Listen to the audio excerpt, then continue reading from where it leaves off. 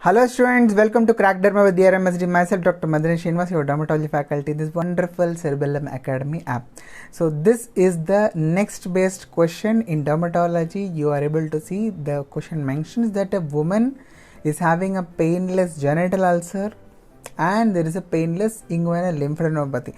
So what is the most likely clinical diagnosis? And if you have marked the answer as option B, you are absolutely correct.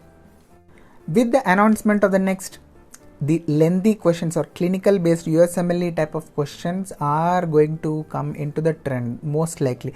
So many students are asking how can we crack them. So please remember students, whatever may be the length of the MCQ, ultimately there are few points which if you know you can easily mark the answer. So here is a beautiful mnemonic to remember the manifestations of syphilis, which is a very important genital ulcer disease. So if you see, the name is little bit tweaked and we have made it syphiLESS. Why? Because in this condition genital ulcer and also the lymphadenopathy both are painless. So both are painless. So with the help of this syphiLESS you can remember these features very easily. So please do follow Cerebellum Academy and also Crack Derma with DrMSD if you like these kind of short videos. Happy learning dermatology. Thank you so much.